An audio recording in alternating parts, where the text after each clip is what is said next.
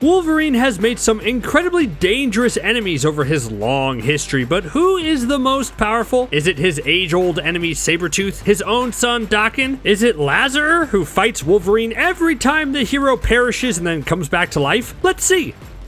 I wanted to begin this list by talking about the Hulk. The Hulk isn't a bitter enemy of Wolverine like everyone else on this list, but he's more of a worthy adversary and a character who comic writers like putting up against Wolverine from time to time. There's just something about the feral Wolverine hunting the berserk Hulk that makes for a compelling narrative. Or if you don't care about all that, look at it a different way. The Hulk is a tremendously powerful character who can do whatever he wants to Wolverine with no major repercussions, since Wolverine has himself a pretty nifty healing factor. Like if Hulk continually fought Spider-Man or Iron Man, they really couldn't have Hulk win, because a win would mean the regular heroes are turned into pancake batter. Gross. So yes, Wolverine and Hulk are perfect adversaries for each other, and oftentimes when they fight, Wolverine gets the short end of the stick. There's a lot of instances I could talk about, but one of the most iconic actually comes from the Ultimate Universe. In Ultimate Wolverine vs. Hulk, the comic opens with our favorite Canadian mutant just ripped in half and tossed aside like an old crumpled sock. It's a great opener, and I wish the comic maintained that momentum throughout. But there's just a lot of flashbacks and new twists introduced that kind of weigh it down. I mean, it was written by Damon Lindelof, and flashbacks and twists are sort of his specialty. What a twist! But I'm just not over the moon about it. But one thing I can say is that it understands the value of why Wolverine fighting Hulk can be so appealing. More of that, please. Any chance we get this in live action? I'd much prefer a Wolverine vs. Hulk movie rather than another Wolverine origin story, wouldn't you? Alright, with all the frenemies out of the way, let's get into some full-on baddies. Yeah, Wolverine is one tough dude, and he needs tough opponents to face, and arguably his most important bad guy and most iconic is Sabertooth, who's basically similar to him in every way. You know how Marvel movies get a lot of flack for having their hero fight a villain with their exact same skill set? Well, I would argue that in the comics, that can actually work really well, and the best example of it is the Wolverine and Sabertooth rivalry. Much like Wolverine, Sabertooth has a healing factor, feral animal-like senses, sharp claws, superhuman strength, and stamina. He also isn't afraid to hurt innocent people and is named after a cooler animal. That's right, I said it. Sure, Wolverine is a great name for an animal, and actually digging into what a Wolverine is shows that they can be quite ferocious, but you Google an image of a Wolverine and it looks like a warm, cuddly bear. I mean, definitely don't get cuddly with it by any means, but just look at it, it's so cute. Anyways, the actual relationship between Wolverine and Sabertooth is complex and has the two locked in a never-ending struggle, both pretty evenly matched for the most part. I mean, the adamantium skeleton definitely gives Wolverine the edge, but before that upgrade, Sabertooth was the far superior fighter. Sabertooth also just likes to mess with Wolverine all day, every day. One time, Wolverine is getting into a bar fight, which he does more than you would expect from a hero, and while he's hunting down a few thugs who he wants to get even with, he stumbles upon their mangled bodies with a note from Sabertooth saying, "Nobody kills you but me." Talk about mind games.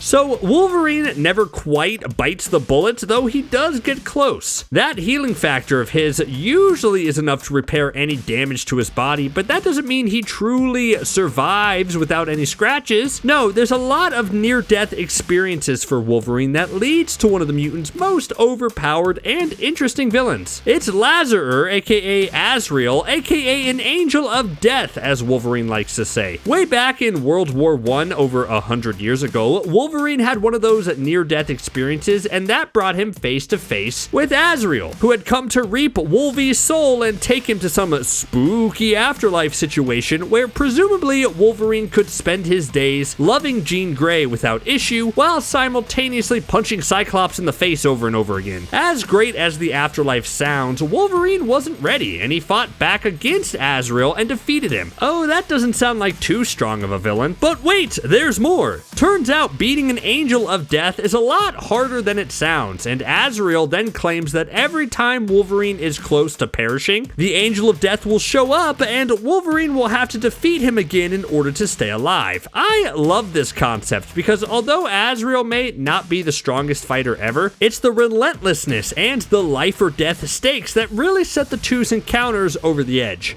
Families are tough, especially superhero families. I don't envy those Thanksgiving meals, and Wolverine's family is just a complicated mess. The dude has suffered a lot of tragedy and heartbreak in his life, so the decision to turn his son into one of his strongest enemies was a cruel twist of the knife, don't you think? But I think Daken should be on the fast track to the live action treatment because the dynamic he has with Wolverine is just fascinating. Kind of like Sabertooth, Daken has a lot of similar skill sets as Wolverine, only doesn't really have a moral compass or a sense of compassion. The very first time that Wolverine and Daken came face to face ended with bloodshed and brutality. So the quick backstory is that Daken is the son of Wolverine and Itsu, who was assassinated by the Winter Soldier. An evil mutant warlord named Romulus, who I'm excited to talk about later, basically cut out the baby from Itsu's womb and hid it away. Fast forward to the present, and Wolverine is captured by S.H.I.E.L.D. and being held captive. Daken sneaks into the S.H.I.E.L.D. compound and finally confronts his tied-up father. When Wolverine sees his son and realizes who he is, he gets emotional. And is it a tearful reunion? Not quite. Daken sees Wolverine as a weakling and disembowels him by slashing him across the stomach and pieces out. That father and son dynamic I think would make for a fascinating live action movie and gives us a different side of the character that we haven't seen yet on the big screen.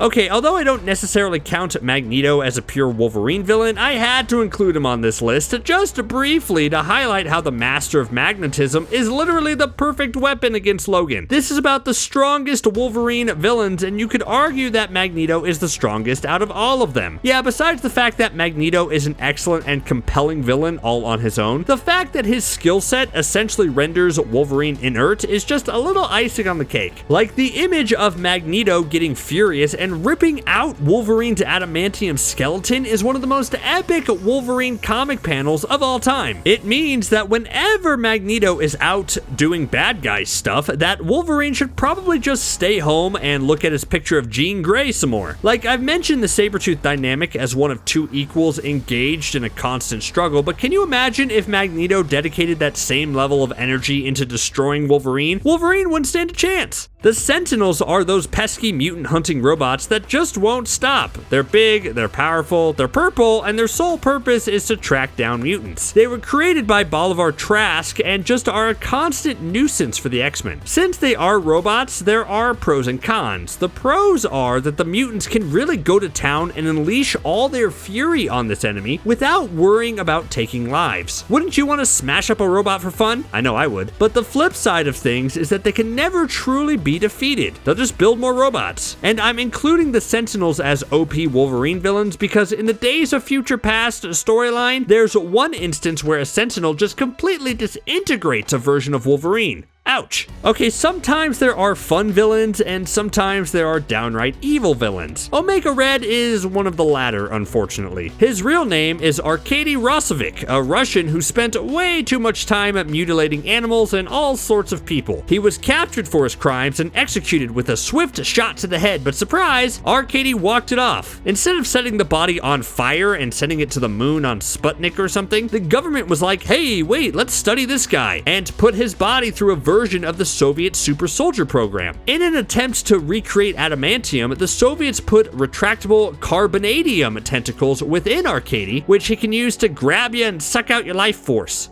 If that wasn't bad enough, Omega Red has the mutant ability to release death spores, which he can excrete and weaken or eliminate any human in his close vicinity. Yeah, this guy is way too OP. I love Silver Samurai mainly because of the name. It's alliterative and tells you exactly what you need to know. It glides smoothly off the tongue, much like Silver Samurai's katana can glide smoothly through his enemies. And did my love of Silver Samurai's name put the villain a bit higher on this list than he should be? Maybe. In digging through Silver Samurai's history, I found things like, let me check my notes here. Silver Samurai was beheaded in hell. He was once broken out of jail because the evil powers that be wanted him to lead the hand, and Silver Samurai was like, nah. I just like any stories that relate to Wolverine's time in Japan and find Silver Samurai a really cool villain. I think I need to rewatch the Wolverine.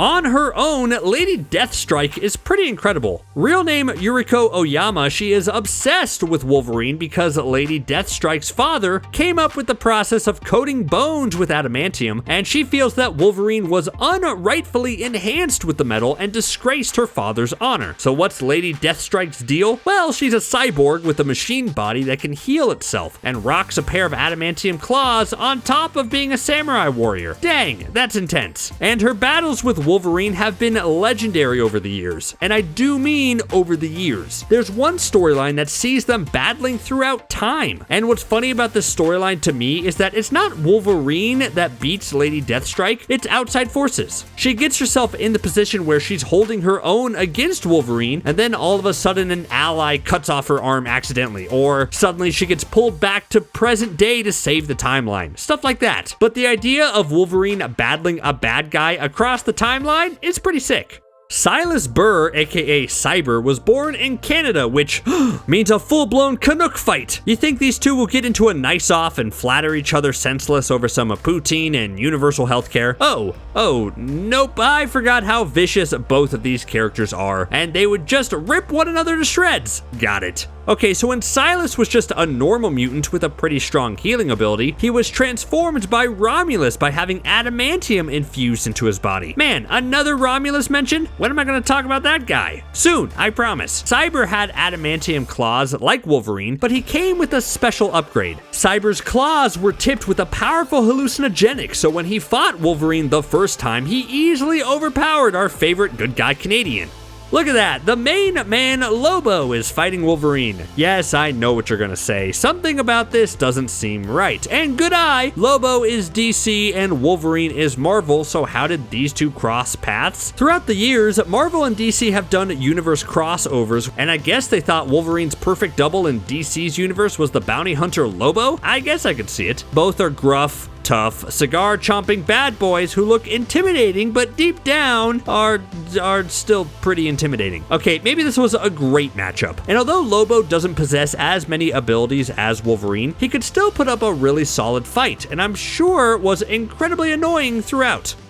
Finally, it's time for Romulus. Romulus might be the greatest Wolverine villain that we haven't seen in live action yet. He is one of those, I've lurked in the shadows since the beginning and I'm the orchestrator for all your pain type of baddies. His backstory is iffy at best since most of the info comes from him, an unreliable narrator, but we know that he has been around for centuries and has seriously upgraded a lot of villains in Wolverine's life. I already mentioned he had a hand in Daken and Cyber's formation, but he also helped villains like Feral, Thorn, Omega Red, Wild Child, and even Sabertooth. All of them he helped reach a higher villain potential. He himself has another incredible healing factor, mutant ability, which has allowed him to survive all these years, orchestrating these grand, complex plans to basically screw over Wolverine. If the next Wolverine movie can nail this dynamic of a centuries-long feud, then Romulus would be one of the best live-action Wolverine villains ever. Don't you hate it when your mentor becomes a villain? That happens a lot in superhero stories, it seems. Well, Wolverine's mentor is no different. Ogun was a ninja and Wolverine's mentor. He was just as capable of a fighter as Wolverine and had telepathic powers. He went down a rabbit hole of being obsessed with beating death, and that journey led him to going a little crazy town banana pants. He could use a special technique to essentially take over someone's body and replace their psyche with his own. He wanted to do this to Wolverine, but didn't get a chance to as Wolverine peaced out. Eventually, Ogun's